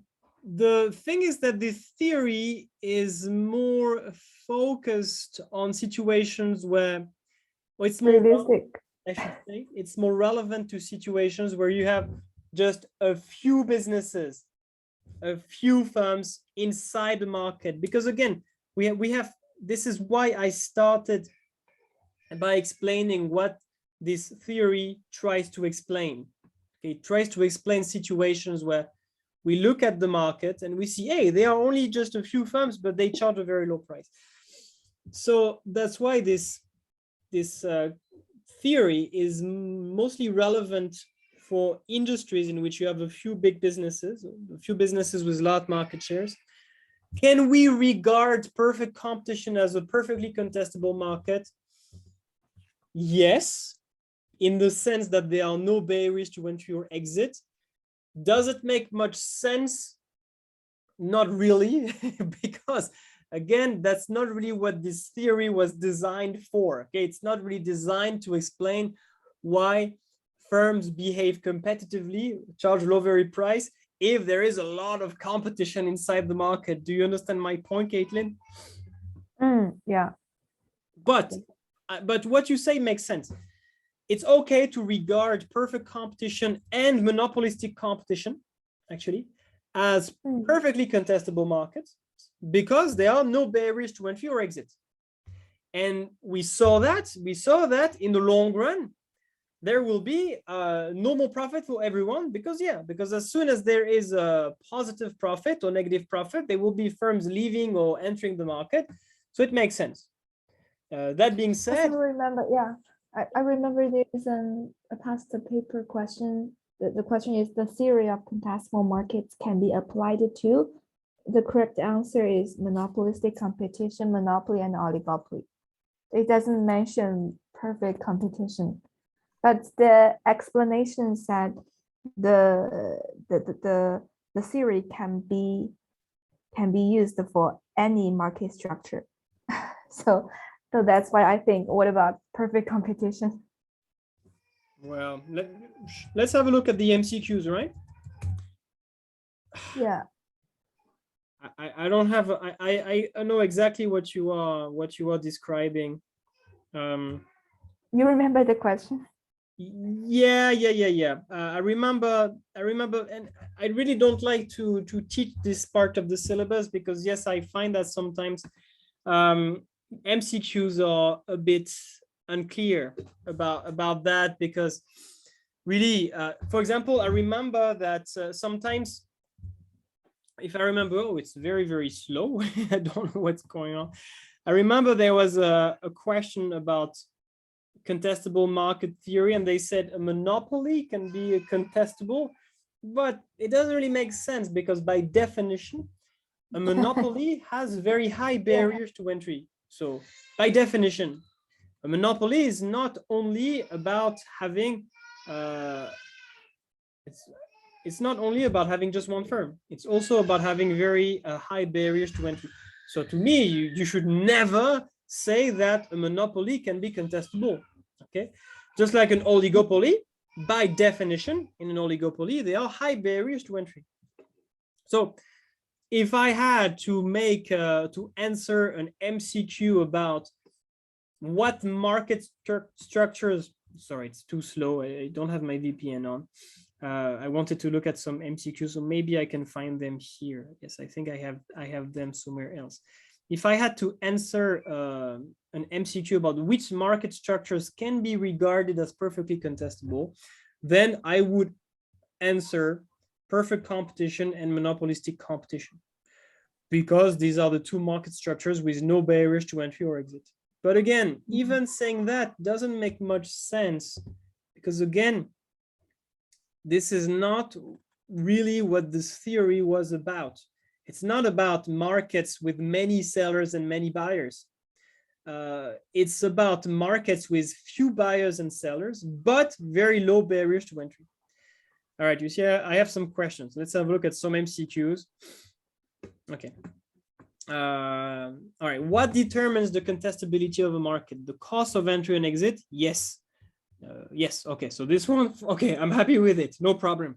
It's not about product differentiation, it's not about the number of firms, even though it is a bit related, because yes, it's often used to explain why even though we have few firms, they can charge low price. But yes, basically the key thing is the barriers to entry and exit. Okay. All right, so how about this one? A market structure in which a small number of firms face competition from potential entrants. Okay, and this is exactly what I'm talking about, a small number of firms. It says it here. That's really what the theory is about. So actually, this question is great because it really explains what the theory is meant to explain. Small number of firms, but charging a low price because they are afraid of more firms entering the market. Contestable market, absolutely. How about this one? What's the meaning? What's the meaning of perfect oligopoly? I don't know. I think they just made that up. Can we say it's oligopoly? Few firms, but they are afraid of potential entrants. I think it doesn't exist. I think they just ran out of ideas for answer D. So I say, okay, let's just make up something fun. Yeah, perfect oligopoly. I've never heard of that. I don't think it exists. Perfect competition, yes. Pure monopoly, yes. Perfect oligopoly, I have no idea what this is. I don't think it exists. I never heard of it anymore. So this sentence describes a contestable market, but also oligopoly can sometimes an oligopoly market can have this situation, right? Well, again, that's why it's a bit tricky, because it's a matter of definitions. And usually when we define an oligopoly, one characteristic is high barriers to entry. If you use a different definition of an oligopoly, if you just say it's a market in which there are a few firms that have large market shares, if you just say that, then you could regard an oligopoly as contestable. Okay, if you do not define an oligopoly as a market structure with high barriers to entry, right? But in most, especially A-level textbooks, one characteristic of oligopoly is high barriers to entry, just like monopoly. Same thing. If you just define a monopoly as a market in which there is only one seller, then you could say, yeah, all right, if there is one single seller but very low barriers to entry, potential. then you could say, all right, then a monopoly can be contestable. But again, usually in A2, when we define a monopoly, we say one single seller and very high barriers to entry. We also say that. So if we include this characteristic when we define a monopoly, then we should not be able to regard it as potentially contestable, okay? Because a monopoly cannot have low barriers to entry. So and that's usually the main problem we have when we study and teach economics, is it depends on definitions. It depends on how do you define it, right? That's the main problem. But okay, this question I'm quite happy with. Which condition must apply before a market can be regarded as perfectly contestable? Okay, definitely not A, definitely not B. There are a large number of firms in the industry. No. There are zero cost of entry and exit. Yes, okay. So I'm still quite happy with this one. All right. Actually, I think I already removed all the questions I was unhappy about from the PPT. So maybe that's why I'm happy with all questions here. Okay, no, I think I already deleted all the questions. Okay, how about this one? The theory, that's maybe this one you were talking about. The theory of contestable markets can be applied to monopolistic competition, monopoly and oligopoly, monopolistic competition only, monopoly and blah, blah, blah. All right, so I don't know what the answer is. To me, what would make the most sense to remain coherent with the definitions we gave, I would choose B, to say, all right, B, monopolistic competition, is the only market structure in which there are zero barriers to entry or exit. Okay, monopoly, when we defined it, we say high barriers to entry, so it cannot be contestable, and same thing for oligopoly. But I think the answer is A. Yes. Yeah. Which means that, okay, why not? But then it means that we have to be coherent in terms of definitions. What does it mean? So monopolistic competition, no problem. But then this would suggest that when we define a monopoly, we would only say one single seller, and that's it. We would not say anything about barriers to entry. And same thing for oligopoly. This would mean that we would only say, all right, it's a market in which there are just a few businesses that have a large market share. All right, so let's have a look at what textbooks say. So let's have a look at, I don't have many electronic textbooks on my computer, but let's just see. I don't know what you guys use. Let's look at so I have 3 textbooks. Let's look at the one from Harder Education, Peter Smith. It's not the latest version, but like in terms of definitions, I don't think much changes. And let's see how they define these market structures. When they define oligopoly and monopoly, do they talk about barriers to entry, yes or no? And we'll see if it's coherent. Okay, so it must be a bit before price discrimination. So let's see monopoly. So I think I'm pretty much there. Price discrimination, pricing rules. Right, sorry, I'll just go through the table of contents, going to be quicker. So price term in the microeconomy. Okay, perfect competition. Look, aha, perfect. You see? Oligopoly, some barriers to entry, monopoly, high barriers to entry. Okay, so then how can you regard a monopoly as contestable? Not possible. Doesn't make sense, right? And even Monopoly, it's that monopoly is imperfectly contestable.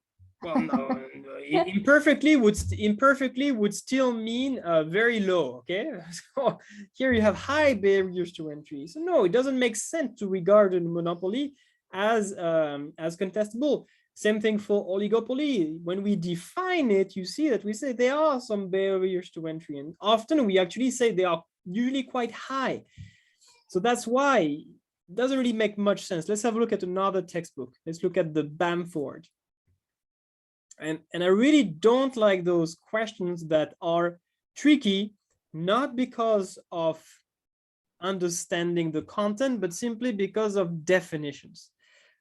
Okay, let's look at yeah, because it's like it is contestable. You can try to challenge them, but it's not smart. and again, if you just stick to the definitions, do we consider that they are barriers to entry, yes or no? What's that number of firms? Okay, barriers, same thing. This is quite interesting. Look at that. So this is the Bamford.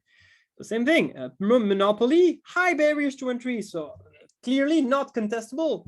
Oligopoly also, it's there on the spectrum. So it's pretty high, right? High barriers to entry. So we should not regard those two market structures as contestable.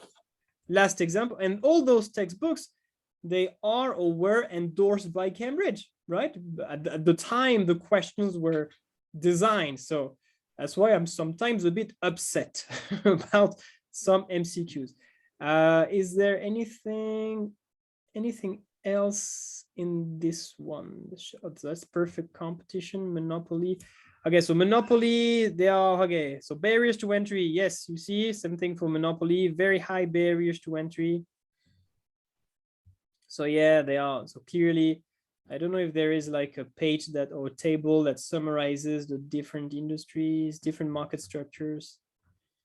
No, there is no table here. I think even if the barrier is very high, as long as there are some firms, potential entrants, then the market is contestable.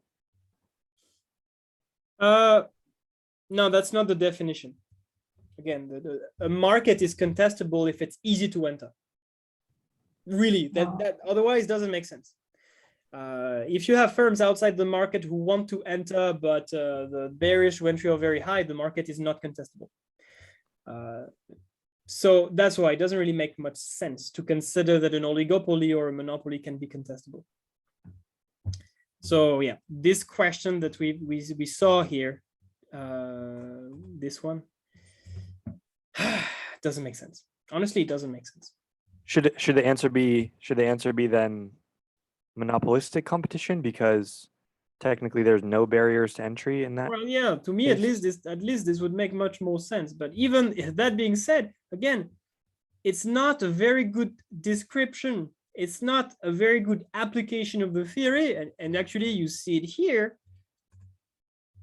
Okay, a market structure in which a small number of firms, that's really the idea behind contestable market theory.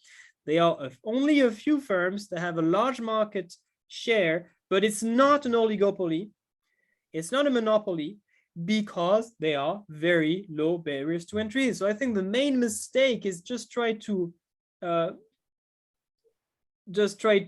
say, all right, among the market structures that we have studied, which ones can be considered contestable? The right answer should be none of them. None of them, because we should have just a few firms, but with very low barriers to entry. So that would be the answer that would make the most sense, actually. All But right. in monopolistic competition, there are lots of firms. Yes. Not few firms. Remember what I did at the beginning. Monopolistic competition is perfect contestable, but others, the situation may exist in oligopoly that is just a contestable. It is perfectly contestable in the sense that there are zero barriers to entry or exit. Yes, but it's not really what the theory had in mind, because there are many firms. Remember, contestable market theory explained the observed situations in which firms with a substantial market power. It's not the case in monopolistic competition. They do not have a substantial market power because there are many sellers. So that's why the theory doesn't make much sense. The contestable market theory does not make much sense in the case of monopolistic competition.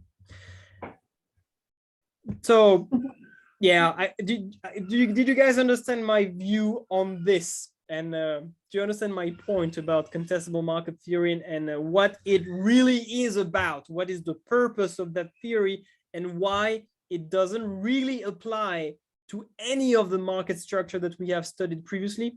Do you guys understand my view on this? My explanation? Yeah. All right. Yeah. Okay. I think like an industry that comes to mind is like kind of like alcoholic beverage companies, like vodka companies. There's only like a few of them, but they're making all these different brands, and then they're just like at every price point you think you're buying a different brand, but it's really the same. You're buying from the same company. But do you think they charge a very low price because they are afraid that if they charge a high price, this will attract new firms within the industry? Because that's really the idea of that theory.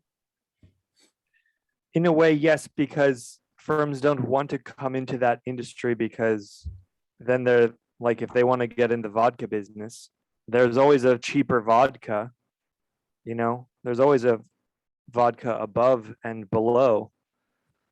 So I think in a way, yes, because there will always be a cheaper vodka than the one that they're selling. Like they want to sell one at $10 a bottle. Well, there's one selling at $8 a bottle, one at $7 a bottle. In a way, yes, but in a way, maybe not. But again, keep it simple. For your students, please do not confuse them the way I maybe confused you. Keep it simple. Just say, all right, there is one simple message. Sometimes there are markets where you see just a few firms. So you say, oh, wow, they have a strong market power. So we expect prices to be high. Say, yeah, because they have a lot of power, so they can take advantage of it. But then we look at the price. No, it's actually quite low. Why? And then the reason is that even though you have a lot of power, you can't abuse it. You can't take advantage of it and charge a high price. Because if you do, you will attract so many more firms within the industry because they are very low barriers to entry. And therefore, the best thing for you to do is to charge a low price. So you discourage more firms from entering the market. In that case, we say that the market is contestable. It's good for consumers because the price is going to be low, even though there are just a few firms in the market. Keep it simple, okay? Don't make it more complicated than that. Sorry to interrupt. We use like hair cutters, like hair salons as an example. Is that right? Is that a good example? Well, it's a good example of a market where there are low barriers to entry. Is it a good example where they are just a few firms within the market that charge a low price? Actually, I don't know exactly, because clearly this theory was inspired by observation in some markets, but I don't really know which ones. I'll look into it. I'll look into it to find out which markets inspired this theory. So maybe it can make more sense to understand in which situations this can happen, where firms are afraid of potential entrants and therefore charge a low price. I'll look into it. This is like for oligopolies. Is this kind of where we'll find this maybe? Well, but in theory, no, because oligopolies have high barriers to entry. So again, we get back to the same problem. So you can't say that this is in the airline industry, for example. because in the airline industry, they are very high barriers to entry. So it doesn't make much sense, you see. Okay. All right, I'll look into it. Okay, guys, I think that's, we don't have time to review the rest of the chapter. It's already 9:12, but it was thank you very much for joining this live event and giving so much feedback, and thank you for this interesting conversation that we could have. So next, actually we are done with chapter 2, which means that next week we are going to start chapter 3 or chapter I don't forget 8, is it, about government microeconomic intervention, and we will talk about solutions to market failures. So how we fix, what policy instruments we can use to correct the various or the multiple market failures that can arise in in an economy. All right, I wish you guys a nice evening and see you next week. Bye-bye. Thank you. Bye-bye.